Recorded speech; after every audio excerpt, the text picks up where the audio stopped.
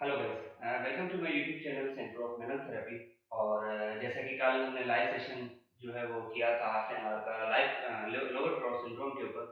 तो उसमें कुछ कैमरा और वॉइस का इशू था। तो और जो उस वक्त जो है उनको सीन नहीं कर पाए, जो है वो वीडियो नहीं देख पाए, उनके लिए उनकी डिमांड के ऊपर जो है हमने आई थॉट कि एक अलग से लोअर क्रॉस सिंड्रोम के ऊपर वीडियो बनाई जाए। तो लोअर क्रॉस सिंड्रोम को ही कंटिन्यू करते हैं। तो लोअर क्रॉस सिंड्रोम कल भी जिस तरह मैंने बताया था कि अक्सर आप वर्ड को अगर ब्रेक करो तो आपको उसकी डेफिनेशन जो है वो वहां से मिल जाती है।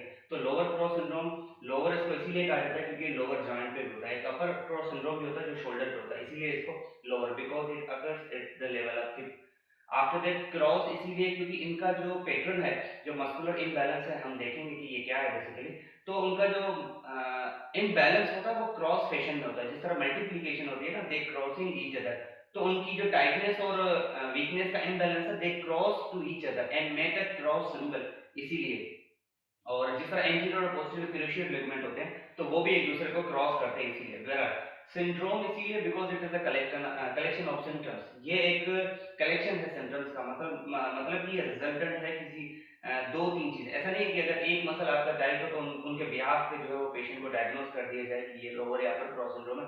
ऐसा नहीं होता। इट्स कलेक्शन ऑफ सिम्टम जिसमें एक मसल जो है उसका टाइट होना और उसी के साथ साथ उसका जो अपोजिट है उसका वीक होना बिल्कुल लाजम है। तो ये पैटर्न है। तो how will be describe the lower cross syndrome? It's a postural imbalance of the muscular strength. जो मस्कुलर स्ट्रेंथ है, कुछ मसल्स हैं, या कह लें कि postural change in muscular imbalance, जब मसल्स का इम्बैलेंस हो जाना। और मसल्स इम्बैलेंस इस सेंस में कि मेरी एक वीडियो है roles assumed by the muscles के ऊपर बनी हुई, कि रोल्स, जो मसल्स के रोल्स हैं वो बेसिक चार होते हैं जिसमें जो बॉडी में परफॉर्म होते हैं: agonist, antagonist, synergist and stabiliser. हमारा इधर रोल सिर्फ एगोनिस्ट और एंटागोनिस्ट पे है। And what are agonist and antagonist से मुराद कोई भी अगर मूवमेंट जो प्राइमरी किसी जॉइंट पे रेस्पॉन्सिबल होती है, उसके लिए प्राइमरी जो प्राइम मूवर्स या मसल्स मौजूद होते हैं। और उसी के ही अपोजिट जो उसके मसल्स मूवमेंट कराते हैं उनको एंटागोनिस्ट कहा जाता है। Let's suppose if I do a elbow flexion, अगर एल्बो की फ्लेक्शन तो बाइसेप है, ब्रैकियस है, ब्रैकियोरेडियस है, these are agonist prime mover. उसी के साथ साथ जो ट्राइसेप होगा वो एंटागोनिस्ट होगा। और अगर इसी तरह ही आप एल्बो की एक्सटेंशन करो तो ट्राइसेप एगोनिस्ट हुआ और जो एल्बो की फ्लेक्सर वो एंटागोनिस्ट हो गया। बराबर। तो मस्कुलर इम्बैलेंस क्या होता है कि जो पोस्टीरियर कंपार्टमेंट के मसल्स होते हैं वो टाइट हो जाते हैं, ठीक है, और जो एंटीरियर कंपार्टमेंट के मसल वो वीक हो जाते हैं, लेकिन एक क्रॉस सेशन में। क्रॉस सेशन से किस तरह? तो लोअर क्रॉस सिंड्रोम में हम डिस्क्राइब करेंगे कि पोस्चरल चेंज है, कह लें कि पोस्चरल चेंज है due to the muscular imbalance, muscles imbalance की वजह से। अब इसमें होता क्या है कि कुछ मसल्स ऑफ ग्रुप, इनफैक्ट कह लें कि कुछ मसल्स के जो ग्रुप होते हैं वो टाइट हो जाते हैं और कुछ जो है वो वीक हो जाते हैं। तो जो टाइट होंगे उनको टॉनिक कहा जाएगा, हाइपरटोनिया में चले जाएंगे। और जो ओवर एक्टिव और जो वीक हो जाएंगे वो अंडर एक्टिव हो जाएंगे, ठीक है। अब बॉडी में दो किस्म के जो है वो मेजर मसल्स होते हैं। एक होते हैं जो हमारे पोस्चर को मेंटेन करते हैं, जैसे इरेक्टर स्पिनी है, या जितने भी जो भी मसल, उनको पोस्चरल मसल कहा जाता है, या in other words tonic muscle. Why they are called tonic? Because whenever they get any sort of trauma or pathology, they get more into the hypertonic situation, they are converted into the hypertonia। उनकी tone मजीद बढ़ जाती है जब भी उनके ऊपर कोई deformity होती है। और उसके अलावा जो मसल को, तो इनको हम पोस्चरल कहेंगे, उनके अलावा जितने भी होंगे उनको हम फेसिक मसल्स कहेंगे। बेहतर तो जो पोस्चर को मेंटेन करते हैं दे आर कॉल्ड पोस्चरल या टॉनिक मसल्स, और जो rest of the muscles except the postural they are called phasic muscles, ठीक है। तो इसमें लोअर क्रॉस सिंड्रोम में क्या होता है, जो बैक के मसल्स हैं, जिस तरह इरेक्टर स्पिनी है, ठीक है, हम सिर्फ कुछ मसल्स का ही यहाँ पे जो है वो नाम लेंगे। जो थोरेको लंबर एक्सटेंसर्स हैं, ठीक है, वो बैक पे लगे हुए हैं, ठीक है। जिस तरह अब जो यहाँ से इलियोसोर्स की ओरिजिन को हम बाद में देखते हैं। तो जो थोरेको लंबर एक्सटेंसर्स हैं वो टाइट हो जाते हैं, और उसके साथ साथ ये क्रॉस सेक्शन में यहाँ से क्रॉस करके बिल्कुल ही ऑब्लिकली यहाँ से जो एंटीरियर थाई के मसल्स हैं, स्पेशली इलियोसोर्स, हालांकि इलियोसोर्स की जो ओरिजिन है वो इलियोसोर्स इज कॉम्बिनेशन ऑफ सोर्स minor, major and iliacus muscle. तो सोर्स माइनर और मेजर जो निकलते हैं वो T12 से लेके L5 तक, तो उनके जो साइड के अटैचमेंट होती है उनकी T12 से लेके L1 तक, और वो iliacus muscle, this is the iliacus fossa. Iliacus muscle से मिलके वो यहाँ पे पेक्टिनल लाइन पे आके अटैच होता है। बहरहाल वो उनकी ओरिजिन इंसर्शन हम एनाटॉमी में जो देखेंगे। तो ये थोरेको लंबर एक्सटेंसर, और उनको ये क्रॉस सेक्शन में यहाँ पे, तो ये भी टाइट होते हैं और ये भी टाइट होते हैं, मतलब this both are in over active are crossing each other, this that's why it is called cross syndrome. और उसी के साथ साथ थोरेको लंबर एक्सटेंसर के एंटीरियर, ये पोस्टीरियर कंपार्टमेंट है, एंटीरियर के कौन से मसल्स होंगे, एब्डोमिनल मसल्स, जिसमें specially transverse abdominis, rectus abdominis, internus oblique, external oblique, ये स्पेशली क्या होते हैं, वीक होते हैं। और जो ये वीक होंगे तो ये क्रॉस करके ये जो बैक के मसल्स हैं, ग्लूटाइल मसल्स, उनमें जो है वीकनेस होती है। मतलब इन दोनों में वीकनेस और इन दोनों में tightness. thoracolumbar extensor and anterior thigh muscles, especially iliopsoas and hip flexors, they are tight, while the anterior abdominis and the gluteus maximus, मतलब hip extensor, they are weak, they are underactive। तो ये crossing fashion जो है, ये crossing fashion जो है कहलाता है लोअर क्रॉस सिंड्रोम। ये लोअर जॉइंट पे हो रहा है, क्रॉस कर रहा है, और ये कलेक्शन ऑफ सिम्टम है, इसीलिए इनके बिहाफ पे जो है इसको डायग्नोज कराया जाता है लोअर क्रॉस सिंड्रोम। तो ये एक पोस्चरल चेंज है, और इसी तरह ही हम लोअर क्रॉस सिंड्रोम को डिफाइन करेंगे। और जो हमें हमारे पास जब थेरेपिस्ट के पास जब पेशेंट आता है, पेशेंट जब आएगा तो डेफिनेटली अपनी हिस्ट्री वगैरह जो भी देता, तो हम अपनी असेसमेंट वगैरह, तो असेसमेंट के तौर पे जो हमें चीजें मिलेंगी फिजिकल एग्जामिनेशन में, सबसे पहले तो हिस्ट्री है। हिस्ट्री में उसके पास पेन होगा, बैक पेन भी हो सकता है because the thoracolumbar extensors are tight, और उसकी वजह से हम पोस्चरल चेंज तो हम बाद में देखेंगे, लेकिन बैक पेन के साथ हिस्ट्री आ सकती है। और बाकी हिस्ट्री उसकी जो हम एक सब्जेक्टिव है, ऑब्जेक्टिव है, जो हम उनसे पूछेंगे या जो हमें वो बताएगा पेन के साथ है, उसके बाद हम जो सवाल मोस्टली जो उनका ऑक्यूपेशन होगा, तो ये इनके जो रिस्क फैक्टर होते हैं वो ज्यादातर सिटिंग वाले हैं। जितने भी जो ऑक्यूपेशनल है जिनका जो है ज्यादातर 6 to 8 आवर्स पर डे जो है सिटिंग का काम है, जिस तरह ऑपरेटर्स हैं, कॉल सेंटर्स वाले, जिनकी भी, या स्पेशली जो बाइक राइडिंग वगैरह करते हैं ज्यादातर, तो 6 से 8 घंटे अगर पर डे वो बाइक राइड कर रहे हैं, तो एकदम से तो नहीं होता एक्टिव सिचुएशन में, डेफिनेटली दे टेक टाइम। तो वो क्रोनिक सिचुएशन में जब जाएंगे तो मोस्ट उनको पता नहीं चलेगा, लेकिन ये एक मस्कुलोस्केलेटल जो है वो कैलेंडर डिसऑर्डर है जिसके बहरहाल हमारे पास जब आ जाता है तो definitely we do the physical examination. जो फिजिकल एग्जामिनेशन हमें चीज उनमें मिलेगी पोस्चरल चेंज के हवाले से, तो सबसे पहले joint dysfunction, quite possible joint dysfunction से मुराद कि जब वो हमारे पास अप्रोच करेगा तो जो उनकी हिप एक्सटेंशन है ड्यूरिंग गेट, वो जो है वो हार्ड हो। हम स्टडी करेंगे उसको, क्यों, क्योंकि हिप का एक्सटेंसर ही यहाँ पे वीक है, specially the gluteus maximus, these are the hamstring and maximus, they are the hip extensor. After that उनकी जब हम फिजिकल एग्जामिनेशन में उनको हम सुपाइन में लेटा के हिप एब्डक्शन करेंगे या साइड लाइन में, तो वो हिप एब्डक्शन के साथ एक्सटर्नल रोटेशन और फ्लेक्शन में डिफरेंशिएट नहीं कर पाएगा। मतलब वो उसकी हिप एक्सटेंशन एब्डक्शन तो होगी, लेकिन साथ साथ थोड़ी बहुत फ्लेक्शन हो रही है और साथ साथ थोड़ी बहुत जो है वो एक्सटर्नल रोटेशन हो रही है। तो थोड़ा सा मैं बताता चलूं, this is the hip abduction जो away from the mid line, और forward is the hip flexion, और जो एक्सटर्नल रोटेशन है वो आउटवर्ड, जो पैर की जो आउटवर्ड मूवमेंट है, this is called external rotation. तो एक नॉर्मल बंदा तो इन तीनों चीजों में जो है इजीली इंडिविजुअली परफॉर्म कर सकता है, लेकिन आफ्टर दैट जो एलसीएस का पेशेंट होगा, लोअर क्रॉस सिंड्रोम का होगा, वो इसको डिफरेंशिएट नहीं कर पाएगा। और उसके बाद कुछ पोस्चर चेंजेस हैं जिसमें स्पेशली हमें जो है उनमें लॉर्डोटिक कर्व दिखेगा। ठीक है, मैं इसका स्पाइन के ऊपर भी डेमोंस्ट्रेट करता हूँ। अब देखें, जब ये जो इलियोसोस मसल्स की मैंने बात करी वो यहाँ से निकलता है और यहाँ पे आके अटैच होता है, तो ये उसकी जो है आपस में कह लें कि ओरिजिन टू इंसर्शन जो है पोजीशन है। जब ये अब मैंने बताया कि हिप फ्लेक्सर जो वो शॉर्टेड हो जाते हैं, जब ये शॉर्टेड हो जाएंगे तो ये इसको नीचे पुल करेंगे। ठीक है, इसको जो वो T12 से लेके L1 तक जो उसके लोअर क्रॉस सिंड्रोम के ऊपर, तो अब जो इलियोसोस है, मैंने बताया था ये कॉम्बिनेशन है दो मसल्स का, तो जो सोर्स माइनर और मेजर है वो T12 से लेके L5 तक आते हैं। ठीक है, ये L5 से लेके, दिस इज द T12, फिर ये L5 से लेके T12 से लेके L5 तक आते हैं, L1 to 5 तक, और जो इलियाकस मसल्स होता है उनके साथ मिलके ये जो पेक्टिनल लाइन है यहाँ पे जाके अटैच होते हैं। अब देखें, जो मसल्स ऐसे अटैच है, मिसाल के तौर पे जो मसल्स यहाँ से आ रहा है और यहाँ पे अटैच हो रहा है नीचे की तरफ, जब ये पुल होगा, जब ये पुल होगा, बिकॉज लोअर क्रॉस सिंड्रोम में ये मसल जो शॉर्टेड हो जाते हैं, अब जैसे ही ये टाइट होगा ना तो ये कर्व को मजीद बढ़ाएगा, जैसे ही इसको पुल करेगा तो ये एक बायोमेकेनिकल डेफिनेशन है इसकी कि when the spinous process they approximate each other, this is called spinal extension, और when they go away from each other, this is called spinal flexion. तो स्पाइनस फ्लो जैसे ही एक दूसरे के करीब आएंगे तो ये जो कर्व है, ये कर्व है, ये इसको बढ़ाएंगे। मैंने कल भी बताया था, और बायोमेकेनिक्स ऑफ स्पाइन के ऊपर मेरी वीडियो बनी हुई जिसमें मैंने स्पाइनल कर्व्स के बारे में बताया हुआ है। तो there are four curves, two primary and two secondary. Why they primary are the sacral and the thoracic, they are kyphotic in nature. And why they are called primary? Because they are present at the time of birth.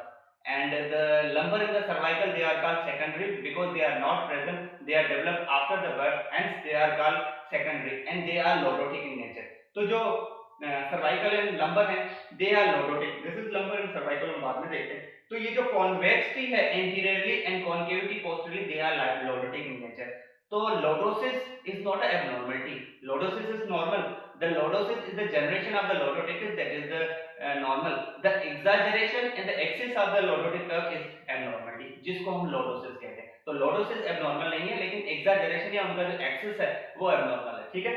तो ये curve जो normally बना हुआ है, this is lordotic, लंबा lordotic curve है। लेकिन जब ये मसल शॉर्टेंड हो जाएंगे, मसल जब शॉर्टेंड हो जाएंगे, और ये जो इलियोसोर्स या जिन मसल्स की वजह से थोड़े को लंबर एक्सटेंशन भी टोनिक जो शॉर्टेंड हो जाते हैं, तो ये कर्व मजीद बढ़ जाता है। इस कर्व को हम कहेंगे lumbar lordosis, and the lumbar lordosis can lead to the anterior pelvic tilt. Anterior pelvic tilt also can lead to the, they both are interchangeable to each other. अब anterior pelvic, what is the anterior pelvic tilt? Anterior pelvic tilt ये होता है कि जो A size और PA size, A size जो anterior superior iliac spines होते हैं, और these are the posterior superior iliac spine. Normally A size they are downward with respect to the PA size normally, but in anterior pelvic tilt they go more downward, they go more downward with respect to the PA size. So when they go downward they are shortening, ठीक है। अगर आप किसी भी muscles की जो anatomy वगैरह या किसी भी स्ट्रक्चर के आप एनाटॉमी पे फोकस करो तो आपकी डिस्क्रिप्शन आपको वहां से मिल जाएगी। अगर ये मैं पीए साइज को नीचे ले आऊं, आगे क्या है एंटीरियर थाई मसल्स, और पीछे जो है वो पोस्टीरियर थाई मसल्स है। अब अगर ये जो यहाँ पे मसल्स लगे हुए हैं normally, let's suppose A size से सार्टोरियस निकलता है, जितने भी हिप के फ्लेक्सर्स हैं, अगर ये ए साइज जो है मजीद नीचे की तरफ आ जाएगा तो ये जो एंटीरियर थाई के मसल्स है उनको मजीद शॉर्टन करेगा। लेट्स सपोज एक मसल यहाँ पे है, ये अटैच है, ठीक है। जैसे ए साइज जो है वो डाउनवर्ड आ जाएगा, ये स्क्रू से टाइट है, जैसे ये डाउनवर्ड आ जाएगा तो वो मजीद उनको शॉर्टन करेगा। तो ये पोस्चरल चेंज इसीलिए कहा जाता है क्योंकि पोस्चर की डेविएशन या इम्प्रॉपर पोस्चर की वजह से आप जो है सिंड्रोम को डेवलप कर सकते हो। बहरहाल तो एंटीरियर पेल्विक टिल्ट जो है, और जैसे ही एंटीरियर पेल्विक टिल्ट होगा ये मजीद जो है इस कर्व को, ये कर्व को आगे की तरफ पुश करेगा, आगे की तरफ पुश करेगा तो ये जो कॉन्वेक्सिटी है ये मजीद बढ़ती जाएगी, एंड ये जो इसका मजीद बढ़ना है this is called lordosis in medical language.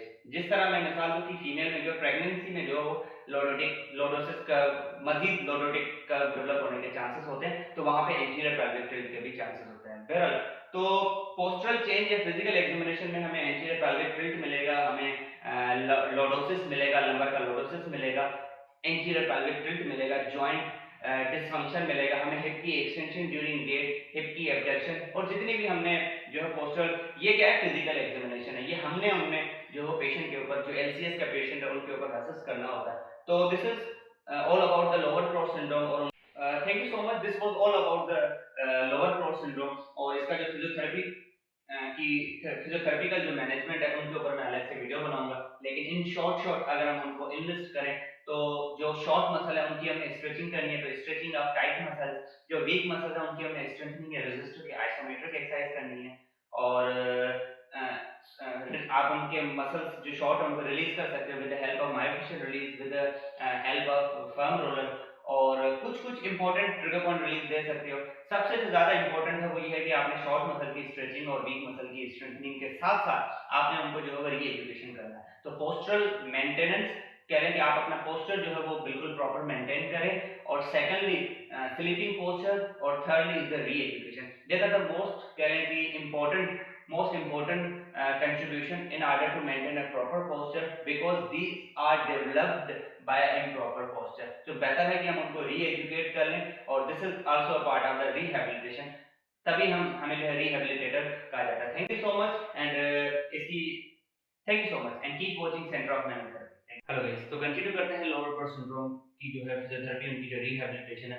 तो असेसमेंट और फिजिकल एग्जामिनेशन के बाद हमें पता चल गया कि इन पेशेंट के ऊपर जो लोअर ट्रॉट सिंड्रोम है, तो जैसे ही वो लोअर ट्रॉट सिंड्रोम के पेशेंट अगर फिजियोथेरेपी के लिए आते हैं तो उसमें आपने तो असेसमेंट के तौर पे हमने उनके ऊपर थॉमस टेस्ट और एसएलआर टेस्ट और जो फेयर टेस्ट है, हमने उनके सारे स्ट्रेचेस जो है हमने उनकी टेस्ट कर ली, जिससे हमें पता चल गया। तो जिन जो मसल्स टाइट हैं, जो मसल्स टाइट है डेफिनेटली हमने उनकी स्ट्रेचिंग करनी है। तो जिस तरह मैंने बताया था कि हिप के फ्लेक्सर्स, एंटीरियर थाई के मसल्स, मैं थोड़ा सा जो है अगर बताता चलूं, तो जो हिप के फ्लेक्सर्स, एंटीरियर थाई के जो मसल्स हैं, specially the iliopsoas, they are tight, और जो thoracolumbar extensors हैं, they are also tight, they are over active, they are crossing to each other, ठीक है। और जो एंटीरियर एब्डोमिनल मसल्स हैं और जो ग्लूटोइड मसल्स हैं, दे आर वीक। तो ये जो क्रॉसिंग फेशन है, यही लोअर क्रॉस सिंड्रोम कहा जाता है, क्योंकि ये लोअर जॉइंट पे हो रहा है और क्रॉसिंग फेशन है, ठीक है। तो अब जो मसल्स टाइट हैं, पहले हम उनकी स्ट्रेचिंग देखते हैं, और फिर जो मसल्स वीक है उनकी हमने स्ट्रेंथनिंग। ये दो मेजर फैक्टर हैं। उसके बाद मैंने बताया था कि उसके बाद हम आगे चल के देखते हैं। बहरहाल, तो इलियोसोर्स को स्ट्रेच करने के लिए आपने हिप भी और जो नीज है वो 90 डिग्री फ्लैक्स ले हैं। फिर जिस मसल के ऊपर स्ट्रेच देना है उसका जो अपोजिट है, उसको आप 90 डिग्री नी फ्लैक्स और इस तरह पोजीशन, नीलिंग पोजीशन ये कहता है, लेकिन ये ड्राइव जो है वो नीलिंग पोजीशन है। फिर आपने ये पोजीशन करके अब सिंपली आपने क्या करना है, इसको अपने बॉडी को जो है फॉरवर्ड ले जाए। जैसे ही आप आगे की तरफ ले जाएंगे तो आप देखेंगे यहाँ पे आपको एक स्ट्रेच फील होगा, ठीक है। You can do it. यहाँ पे आपको स्ट्रेच डेफिनेटली, मैं जो है वो नॉर्मल, लेकिन जब एक लोअर क्रॉस सिंड्रोम का पेशेंट है तो उसको ज्यादा इधर पे स्ट्रेच फील होगा, ठीक है। तो this position is for the stretching the iliopsoas muscle. इसके साथ साथ you have to elevate throughout your shoulder. आपने उसी साइड का जो है अपना बाजू वो फुल एलिवेशन में लेके जाना है। And what is this, this is to stretch the specially the latissimus dorsi muscle, ठीक है। मैंने कहा था कि एक चेन है, तो आपने थायरॉइड मसल्स को स्ट्रेच देना है। Do the iliopsoas stretch, bring the body forward, approach forward, and raise your shoulder as much you can, ठीक है। Sustain for a second and come back, ठीक है। और इनकी रेपिटेशन जितनी भी आपने 3 से 5 या जितने भी स्ट्रेचेस आप देते हैं, आपने कम से कम 8 से 10 सेकंड जो है उसको होल्ड करना है। तो इलियोसोर्स मसल का स्ट्रेच हो गया, ये आप एक्टिवली भी जो है वो दे सकते हो। लाजमी नहीं है कि आप एक्टिवली, इससे मुराद कि आप बाकी पोजीशन में भी दे सकते हो। लेट्स सपोज जिस तरह, क्योंकि ये क्वाड्स मसल का अल्टीमेट स्ट्रेच है, तो ये एक्टिव स्ट्रेच होगा। अगर पैसिव की बात करो तो प्रोन में लेटा के जो क्वाड्स का स्ट्रेच दिया जाता है वो भी जो है वो बिल्कुल पॉसिबल है। और स्टैंडिंग में भी समहाउ लोग देते हैं, स्टैंडिंग में कुछ इस तरह करके, ठीक है। This is also a quad stretch, ठीक है। वेल, आगे की तरफ मूव करते हैं। अब क्वाड्स का स्ट्रेच जो है वो हमने देख लिया। अब जो thoracolumbar एक्सटेंसर्स के स्ट्रेच है उसके लिए स्ट्रेच तो उसका इतना समहाउ पॉसिबल नहीं होता, लेकिन जो पोस्चर चेंज होता है उसमें आपने मेंटेन करना होता है, ठीक है। तो बाकी मसल्स के ऊपर फोकस करते हैं। अब हम आ जाते हैं ग्लूटल के ऊपर। ग्लूटल के ऊपर आप ग्लूटल की हमने क्या करानी है, स्ट्रेंथनिंग करानी है, उनकी आइसोमेट्रिक करानी है। तो उनकी जो एक्टिवेशन है वो करानी है, क्योंकि जब वो एक्टिव होंगे उनमें टोन जनरेट होगी तो स्ट्रेंथनिंग की तरफ आएंगे, ठीक है। ग्लूटल के लिए आप ग्लूटल स्क्वीजिंग भी कर सकते हो। आपने जो सुपाइन में लेट के, ये पॉइंट मैंने सेशन में भी बताई थी कि सबसे पहले आपने एंकल की जो डोर्सिफ्लेक्शन करनी है in order to activate the tibialis anterior, ठीक है। ये 3 स्टेप्स हैं इसमें। Do the ankle dorsiflexion, do the gluteal squeezing, gluteal को आपने कंप्रेस करना है, स्क्वीज करके, then do the bridging. This is also for the back extension.